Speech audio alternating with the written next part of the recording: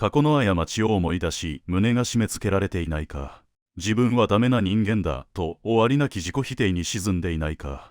人前に出るのが怖い。また失敗するのではと足がすくんでいないか。その恥や罪悪感という名の重い鎖、君は一人で抱えすぎている。だが安心せよ。結論から言おう。その苦しみは正しい方法を知るだけで必ず知恵へと昇華できる。この動画を見終える頃、君を縛る過去から解放され、心がすっと軽くなる真理を授けよう。まず問う。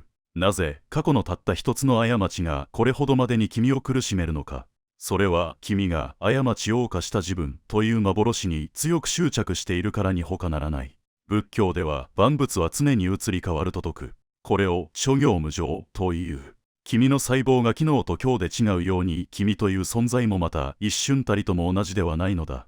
それなのに私は罪を犯したものだという固定されたレッテルを君自身が貼り続けている。これが諸法無我の断りに反する行いだ。罪悪感とは過去という名の亡霊に君自身が栄養を与え育てているようなものなのだ。さらに苦しみには3つの毒がある。貪りの心であるトン、怒りや憎しみの心である心、そして真理を知らない愚かさである知。罪悪感とは過去の自分に対する心、つまり怒りであり、万物が流転するという真理を知らない知から生まれるのだ。君は自分自身に怒り、自分を罰することで無意識の満足を得てはいないか。これだけ反省しているのだからという歪んだ自己正当化に陥ってはいないか。その自己満足こそが君を次の一歩に進ませない最も巧妙な罠なのだ。ではどうすればその苦しみの鎖を断ち切れるのか。仏教には懺悔という考え方がある。これは単なる後悔ではない。過去を悔い未来を改める積極的な実践だ。四十に小経にもこうある。過ちを犯しても自ら気づき悔い改めれば罪は消えると。具体的な懺悔の方法として4つの力がある。第一に深く自らを責め悔いる心。これは言い訳や自己弁護を一切捨て、自分の過ちをありのままに認める力だ。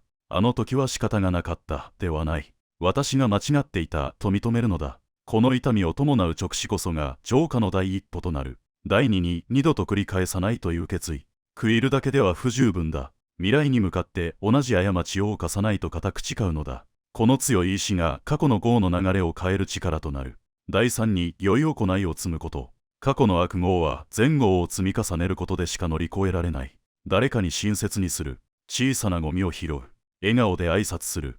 その一つ一つが君の心を浄化し、世界を照らす光となるのだ。第四に真理によりどころを求めること。一人で抱え込んではならない。仏の教え、すなわち法をよりどころとするのだ。すべては移り変わる固定的な私はいないという真理に立ち返れ。過ちを犯した君も真理の一部。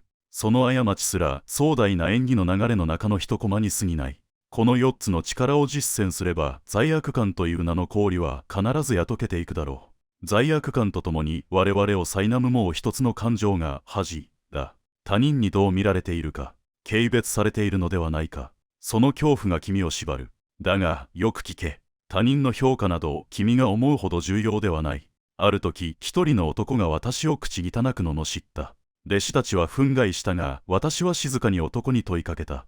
もし君が誰かに贈り物をしようとして相手が受け取らなかったら、その贈り物は誰のものかねと男は答えた。もちろん贈ろうとした私のものだと私は言った。その通りだ。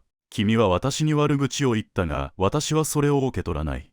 だからその悪口はすべて君自身のものだと。これが不能の教えだ。他人からの批判や嘲笑は君が受け取ると決めない限り、君を傷つけることはできない。恥の感情に苛まれた時こそこの教えを思い出すのだ。そもそも恥をかくことは本当に悪いことだろうか。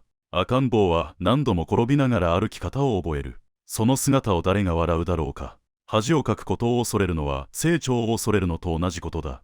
むしろ恥をかいた経験こそ君をより深くより賢くする成長の糧なのだ。あの時の恥があったから今の自分があるとそう笑って言える日が必ず来る。だから挑戦を恐れるな。失敗を恐れるな。そして恥をかくことを恐れるな。さて、ここまでの教えを君の日常にどう生かすか。まず最も大切なことは自分へ慈悲を向けることだ。仏教では生きとし生けるものすべてへの慈しみを説く。その生きとし生けるものの中には当然君自身も含まれている。過ちを犯した自分を許し受け入れるのだ。あの時の私は未熟だった。だがそれも私の一部だと自分を許すことができて初めて君は本当の意味で次の一歩を踏み出せる。具体的な実践として懺悔の瞑想を進めよう。静かな場所に座り呼吸を整える。そして心の中で仏を思い浮かべ自分の過ちを正直に告白するのだ。誰かに聞かせる必要はない。ただありのままを仏に打ち明ける。次に二度と繰り返さないと誓う。最後に仏の光が君を包み心が浄化されていく様子をイメージするのだ。これを毎日5分でも続けるだけで心は驚くほど軽くなるだろう。もう一つの実践は小さな善行だ。罪悪感は内側に向かうエネルギーだ。そのエネルギーを外側、つまり他者への貢献へと転換するのだ。電車で席を譲る。困っている人に声をかける。家族に感謝を伝える。その行いが自分はまだ人の役に立てるという自己肯定感を取り戻させてくれる。過去の過ちを償う最善の方法は今、良い行いをすることなのだ。まとめよう。恥と罪悪感の苦しみは過去の幻への執着から生まれる。君は常に移り変わる存在であり、過去の過ちは君の全てではない。